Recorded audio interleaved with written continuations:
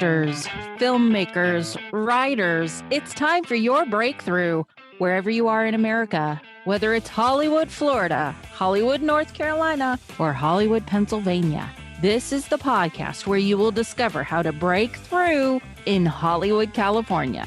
If you are capable of being a leading actress or character actor, if you're a filmmaker with a movie or TV concept looking for financing or production, or if you're a writer with a script seeking a producer or a studio, this is Breakthrough. Here you will learn the secrets of how to make your dreams come through. So I have a treat for you today, but in a bit I'm going to be talking about auditioning for acting roles, but that's going to follow this interview that I have with a very special person. I'm pleased to introduce a very talented actress that I had the good fortune to direct in my movie, It's Only Make-Believe. But beyond this, Donna Cherry has had a remarkable career. It all began when she won Miss California. She was amazing judges with her impressions of Madonna, Barbra Streisand, Donna Ross, Dolly Parton. Remember that, Donna? Yeah, I do. Yes, you do. But in any case, then, of course, she went on to success as an actress, appearing in such popular TV series episodes as Desperate Housewives, acclaimed movies such as The Ultimate Gift, and later engaged in a highly successful voiceover career, which we're going to talk about in a little bit. And Donna currently lives in New York, where in addition to acting, I should say, she's become a highly respected voice coach. Is that right? Yes. Yeah. All right. So far I've got it right, correct? Yes. Yeah. All right. So anyway, welcome, Donna. Thank you. My pleasure. All right. So nice to see you. Well, when we worked together in my movie, It's Only Make-Believe, you played the role of a Las Vegas impersonator, Karen Carpenter, and actually sang many of her songs. In fact, if I closed my eyes and listened to you and your beautiful voice, I'd swear it was the real Karen Carpenter. I remember being on the set and I can't believe it. She sounds exactly like Karen Carpenter. But how did you acquire that ability to impersonate popular singers? I think, number one, you listen. Number two, you love. And ever since I was a little girl, I would listen to all my favorite singers. We lived in Costa Rica when I was a little girl. And so they were kind of like my English-speaking friends or my recordings of famous people, famous ladies. And Karen Carpenter, I don't know, something just resonated in me the first time that I heard her sing. And I just thought she had this warm, wonderful, rich alto that was just so full of, had a lot of pathos. I actually had the opportunity to meet her and Richard. I think I was 22, and I was recording at the A&M studios in Los Angeles. I was recording actually on a Jose Feliciano album, and I got the wrong door of where I was going.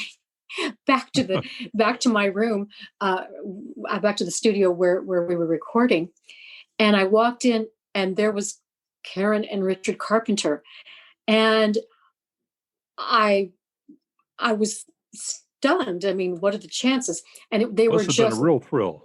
It was. They were both working on the engineering of this. You could hear the tracks and it kind of stopped. And I went, "Oh, I'm so sorry." And I told him the producer I was looking for, and he goes, "Oh, it's down the hall." I went, "Thank you." And I couldn't even say, "Oh, I think you're wonderful." You just get kind of a little bit, I get that fangirl thing going. But so I actually did have a brief chance to meet her. Later on, I was able to work with Richard Carpenter when I toured with Barry Manilow. So I told him of that encounter, and he was very kind and very gracious. And of course, he knew his sister, as many people didn't know her as well.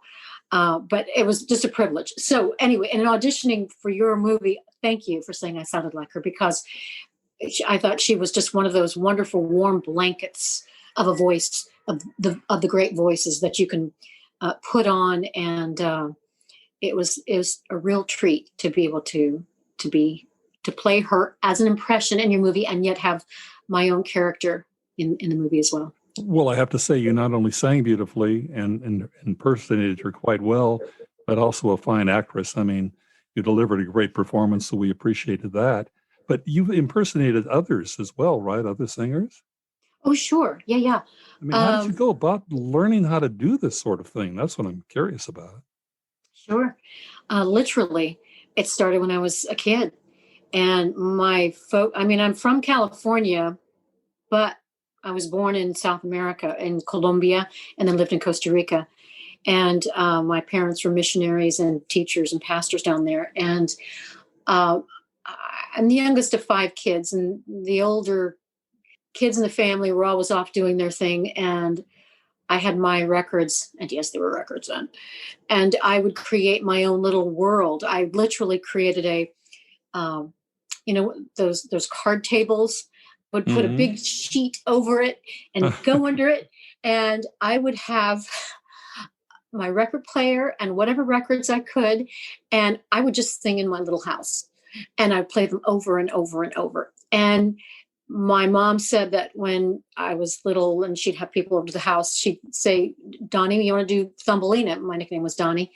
And so I would perform Thumbelina, but I would perform her accurately, including the scratch in the records. So My goodness. So you were very precise. I was very precise to what I'd heard. And then the other one that I loved since the beginning was Julie Andrews. And so I've been doing her since I was a little girl. And then later on, I got to You've been portray. able to hit her high-pitched voice? Oh, Julie yes. Yeah. I mean, I also majored in opera in college, too. Yeah, So my goodness. I studied French and German and Italian and all of that. And I know she has a lovely, classical singing voice, too. But I was later also able to portray Mary Poppins, I should say portray, as the voice during Disney on Parade in Anaheim and That must have been exciting. In Florida as well. Yeah. So, Right. but it's all come about just as loving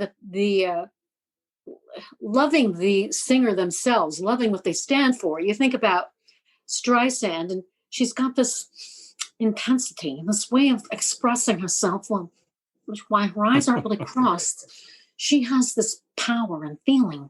Then you apply that to the singing voice, and it just happens. When you think about Cher, you don't just think about Cher. All of a sudden, if you're really going to try to sound like her, you can just drop your jaw a little bit and kind of form your words a little bit differently. Woo!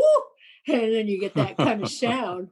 And you put on a wig, and if you think the character, all of a sudden, it seems to be easier to sound like the character. And interestingly enough, I use characters when I teach voice as well. For instance, I would say that when you think of Anita Baker, when I first listened to Anita Baker, I found myself in my car wanting to yawn all the time because she has this kind of sound to her. So if you apply, like, yawning is very, very good for the voice. So if you apply that somehow in your vocal exercises, it helps to open up and allow oxygen in as an exercise. Same with, say, somebody like Diana Ross. She tends to be more humming on pitch. So she's like, touch me in the morning. So it's a matter of isolating your different resonators. And if you're able to do it,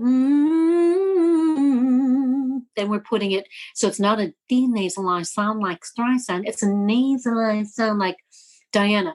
And it helps you when you're creating your own sound and when you're exercising your own voice to be able to realize what the different resonators are. And sometimes characters help you get there to create your own special sound. So it kind of evolved into listening to characters, enjoying those characters, putting them into a comedy act, which I've done now for years, from Vegas to more recently to touring with 3 Blonde Moms, to teaching it as well. And it's all fun, but putting on a different sweater, and then you create that sound.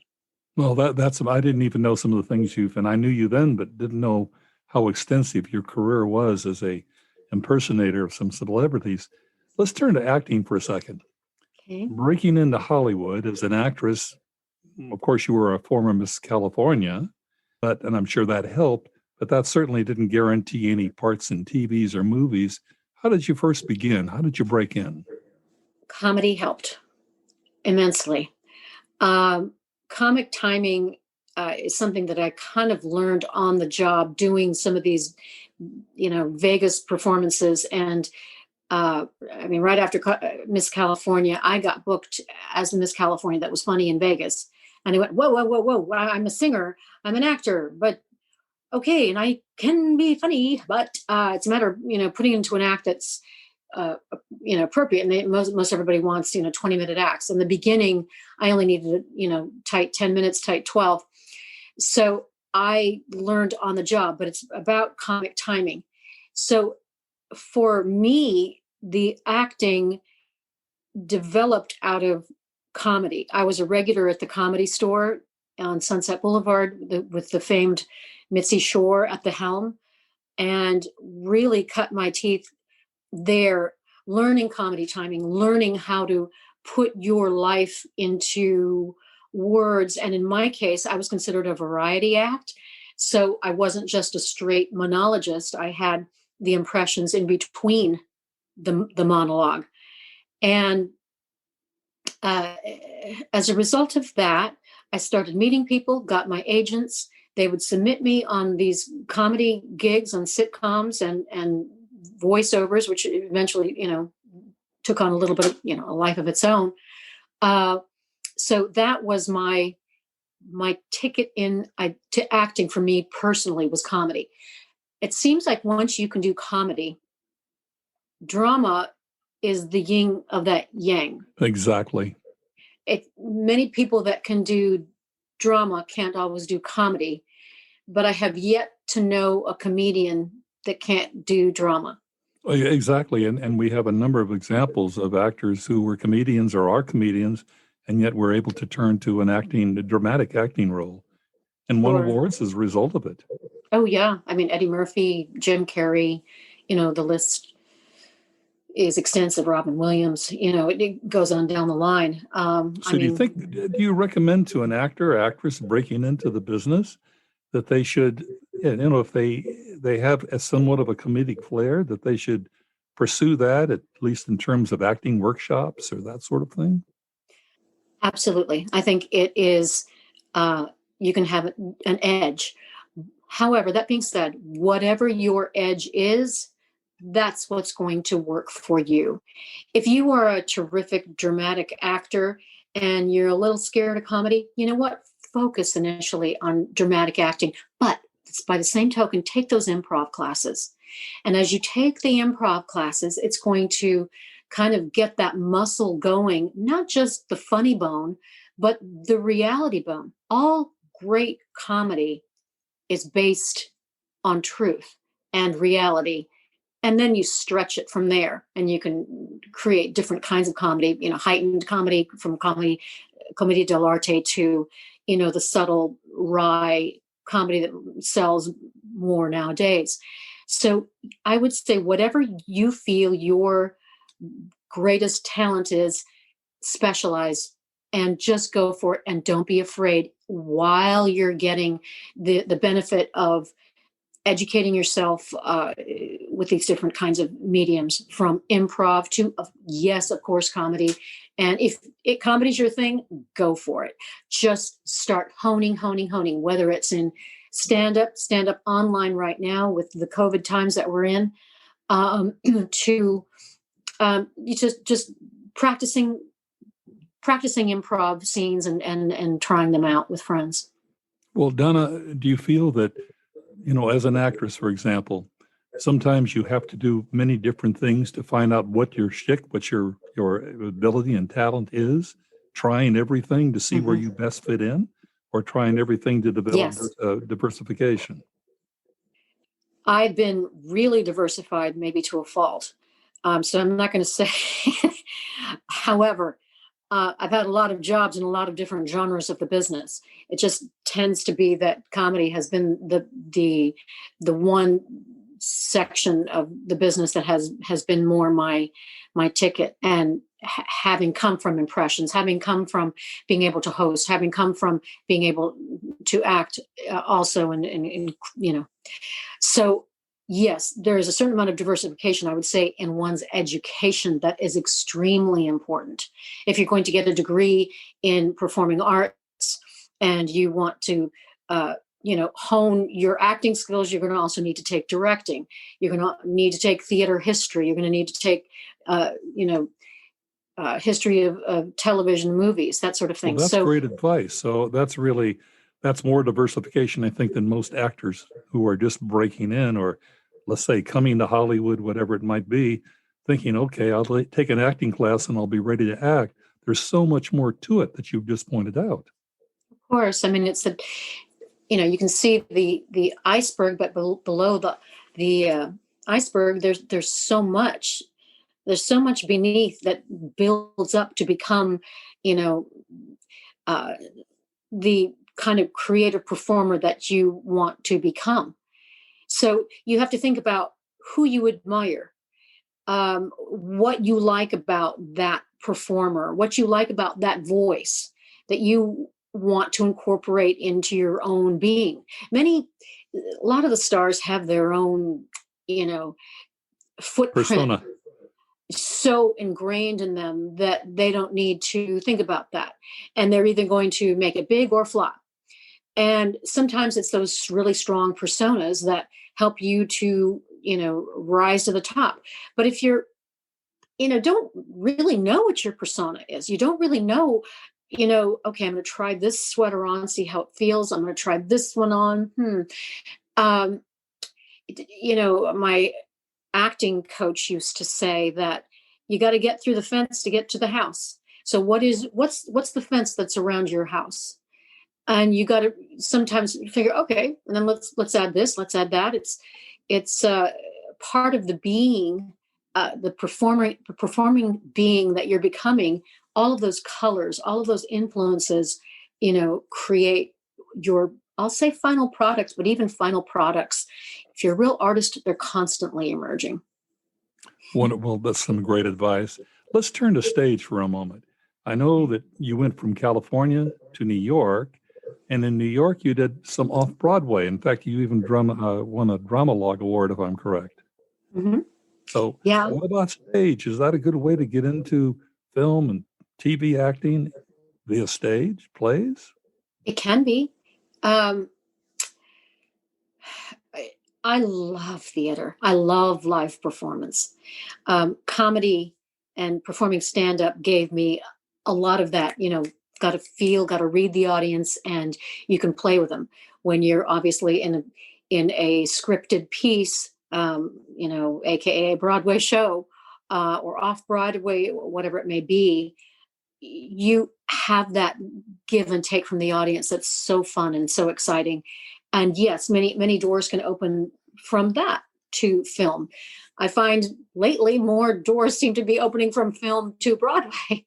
So you never know what's going to be the first open door. Right now, it's better to be a film actor because it seems like more of those opportunities are opening up more quickly than the live venue performing, since equity is completely shut down right now.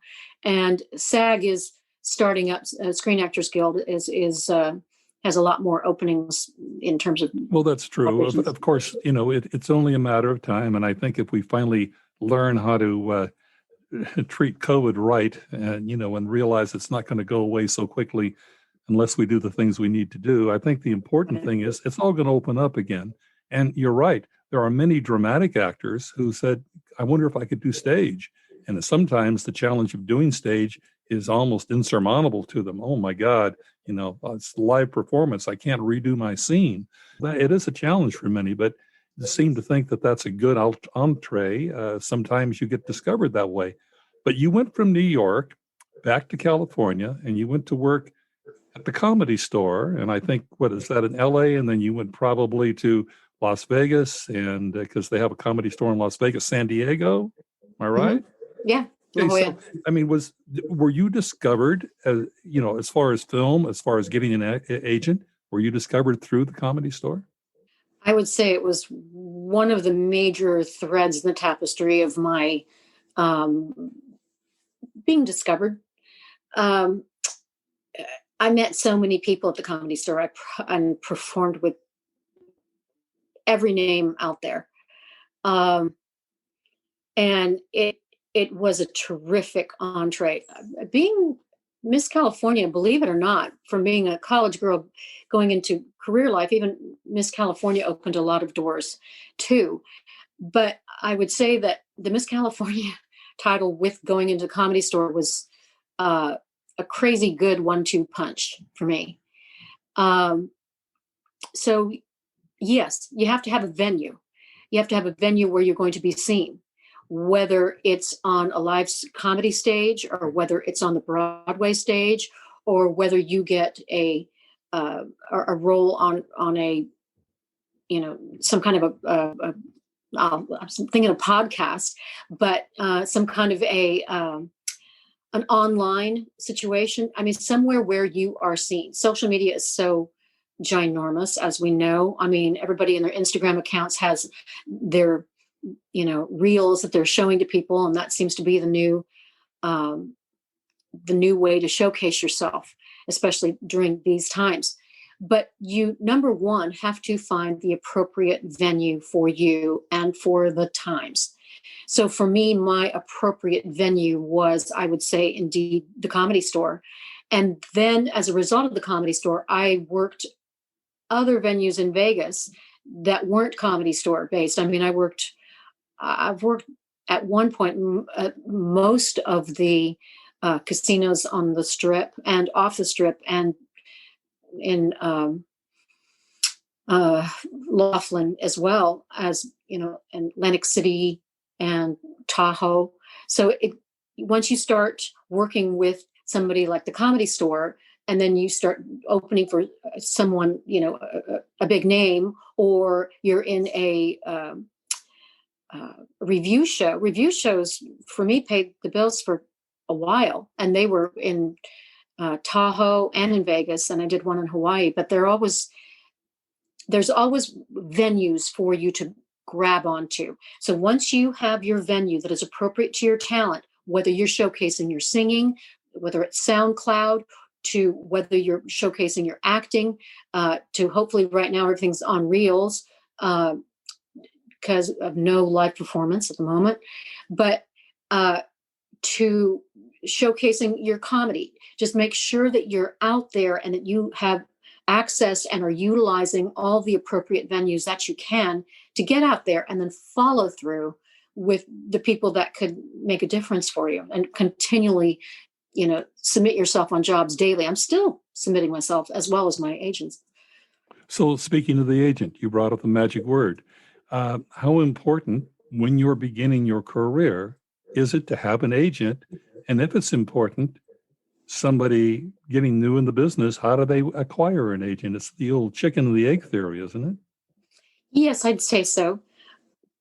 Don't bug out if you don't have an agent. Bottom line is, have your materials prepared. Have your headshots, done well, prepared, and online. Have any reels of any of the work that you've done prepared, done well, and online. You can get an Actors Access through Breakdown Services account. And once you have that with your headshot, your resume, anything that might be on your resume, as well as your reels, then you can submit yourself for a good deal of work these days. Where the agents really help, obviously, is because they have a higher level of work than you might be able to access yourself through Breakdown Services or Actors Access or casting networks. That's the other big one.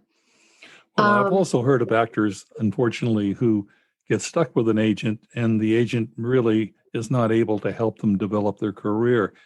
Did you go with the first agent that came your way, or were you careful about how you selected your agent? A lot of agents aren't as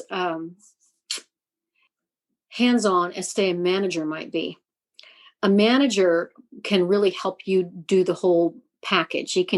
He or she can help you. Okay, you're staying sharp with getting classes. How's your improv going? Did you get some new headshots? And can kind of help you to corral your personal resources. Sometimes we look at ourselves and we get a little daunted by how much we need to do. And here we're trying to be this great little performer. And then, oh yeah, I got to do that business part. It's okay.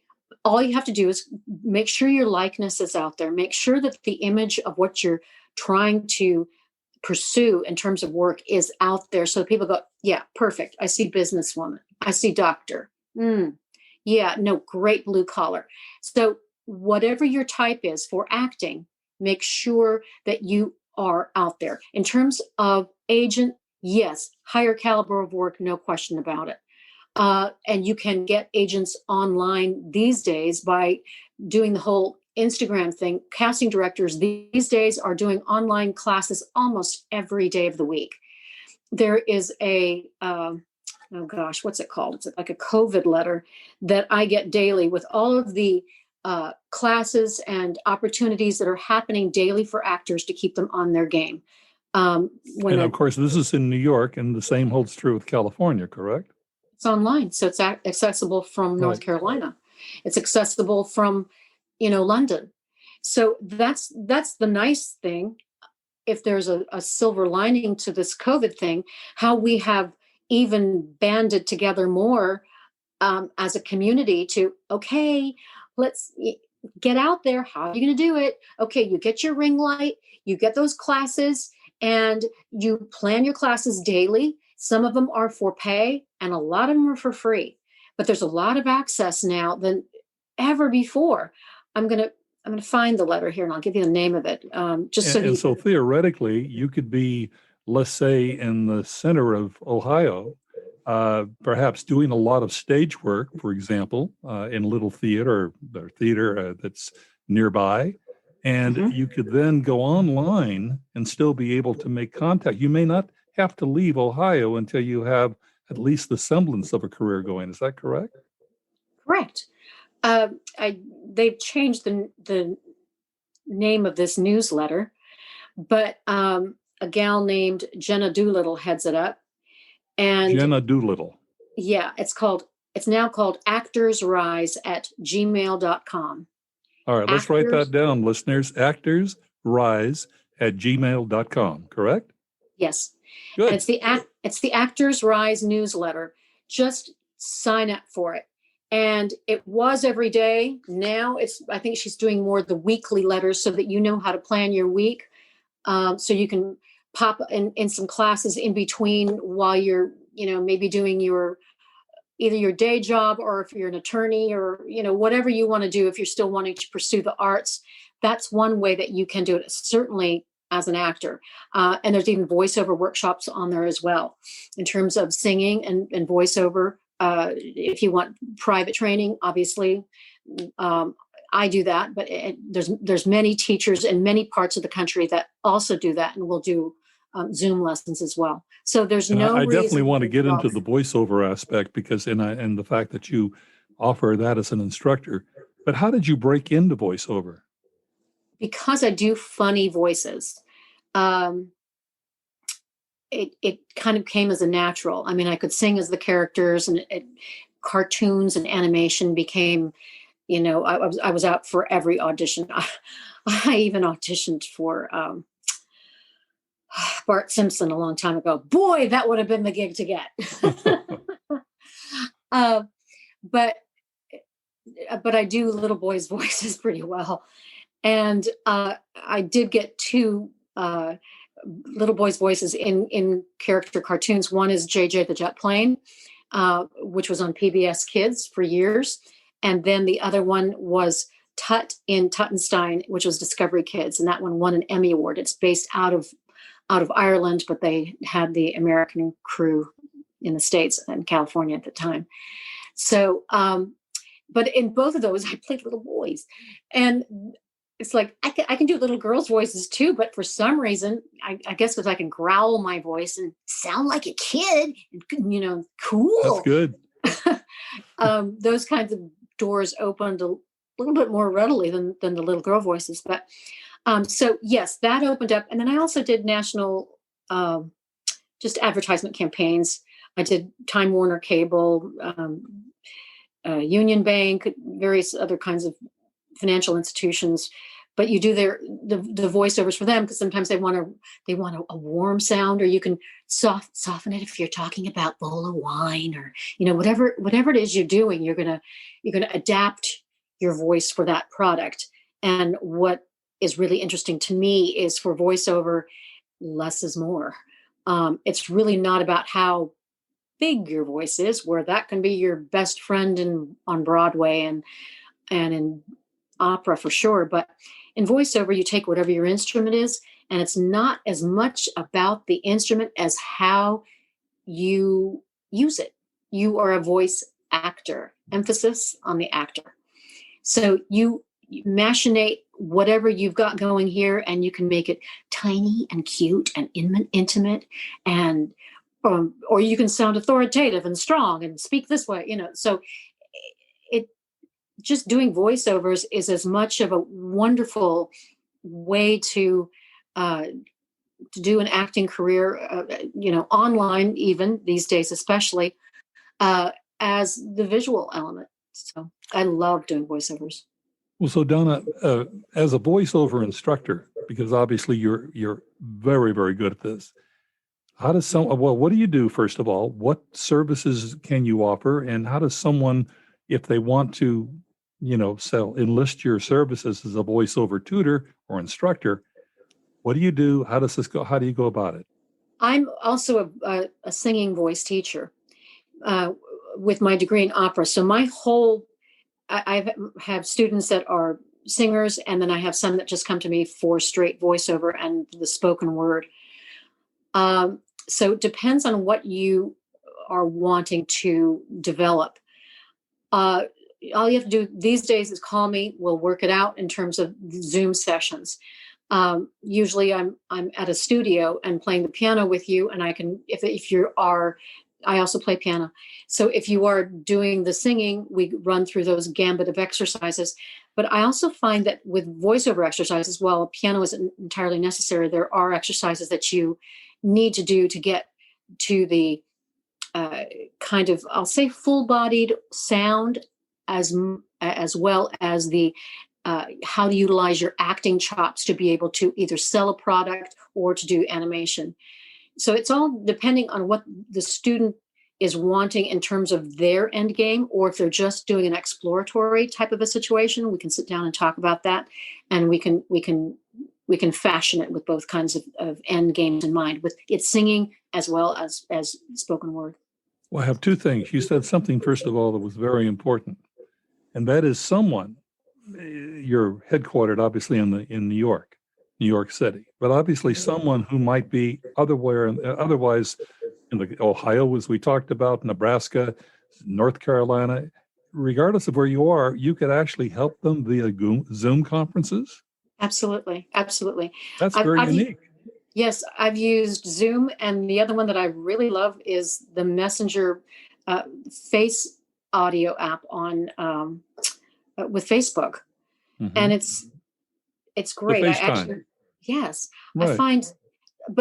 I find it almost less lag time with that one because they're both online mediums. I mean, you can also just do the dial-up, phone FaceTime as well, but it's about the lag time, and in terms of the singing. Like if I'm playing, it'll play and then they'll sing it. So that's why we have to learn how to do work together. But absolutely, no matter where you live, you can study with a professional in New York. You can study with a professional in LA. It has opened many doors that weren't as opened prior to our given parameters. Sometimes when you're squeezed, as we have been this year, it allows us to find new and exciting ways that make it even easier to study with whomever you want, and easier to take classes with a cross-country professional. I mean, you can take these Instagram classes with the top casting directors in New York, top agents, managers, even how you look on camera. again, get your Zoom light, your little ring light, so that you can, present the best you that you can during your conversation with them. But it's opened the playing field in a really interesting way. Well, but you mentioned something as far as voiceovers, and I think that's obviously a career in itself, either singing or obviously doing voiceovers for film commercials. But there's another important aspect, correct me if I'm wrong, but if you have a good voiceover instructor, as an actor, you can hone your voice a certain way that probably will make you, shall we say, more desirable for certain parts, more desirable as far as getting hired for jobs, because you're able to hone your voice and have the quality that you might not otherwise have? Yes. So much is riding on how we speak, how we sound, and we don't even realize it. I remember the very, very first film I did, I listened back to myself just speaking, and I thought, oh my gosh, here I am, an opera major. Here I am, a what I consider to be, a professional voice person. And I thought I sounded so harsh. And I thought, what am I going to do? Well, terribly ironically, this particular film was low budget, and they had issues with the sound quality for the entire film. And they said, we need to have everybody dub themselves over again. And I thought, really? I was so excited because it gave me a second chance. Not only I enjoyed dubbing, but in order to present myself in a different way in that role. And I thought, well, this will give me the opportunity. And so when I was recording my sound, everybody has different issues. You might be too strong a sound. You might be too soft a sound. You might be someone who needs to be a little bit more melodic in your tone. Or, everybody has a little bit different. I just know what my issue was. And as I was recording it, re-recording it, redubbing it, they said, you're sounding different from how you initially sounded. And I went, by design. I said, I wanted to give it a little bit more of a different feel for not only this character, but for me as an actor in this. And they went, okay. And they said, well, it's sounding fine. I went, thank you. And then when I heard it at the end, I went, that's what I need to cultivate. So it's all about what your individual speaking tendencies are and how you incorporate them into acting that can perpetuate a character for yourself, whether it is another character or you in the role. They always say the best roles are you in the role and showing your colors. But there's different colors you want to show in different roles. This has been a fascinating interview. It's more than what I even bargained for. Our listeners are very fortunate because I think you've given some real gems that they may be able to use in their career, whether they're just beginning or trying to break into acting or have been around for a while and just don't seem to be breaking through those walls or barriers. So in order to get your help, which they can get through Zoom, as we discussed, or FaceTime, they go to www.donnacherry.com. Is that where they go?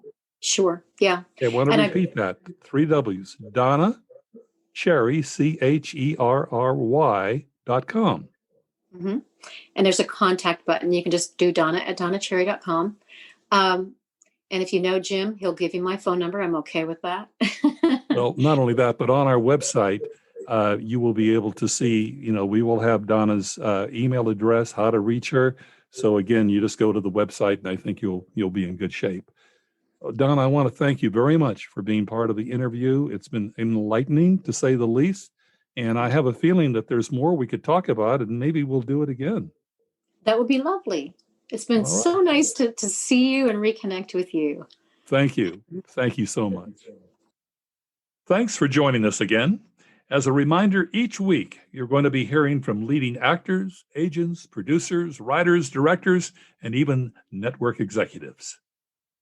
Each interview is going to be able to provide you with insights as to how to break through the entertainment industry with the many challenges and barriers that an actor faces. And not only an actor, but obviously filmmakers and writers as well. In any case, in order to be notified about future episodes, and I assure you, we've got some great guests coming up. You're not going to want to miss any of the episodes. Simply go to our website and subscribe. And that way you'll be notified of every upcoming podcast and who's going to be featured on it. Again, that website is www.breakthrough.podcast.com. That's www.breakthrough-podcast.com. Thanks again, and I'll be with you next week. Thanks, Jim. You've been listening to Breakthrough, a podcast hosted by award-winning producer, writer, and director James Polakof. Join us every week for our interviews with leading actors, agents, studios, and network executives, as well as writers and directors. To be informed and subscribe free for upcoming episodes or to get advice on your movie project, visit www.breakthrough- don't forget the dash, podcast.com. Until next week, this is Faith Spencer with our podcast host, James Polakof.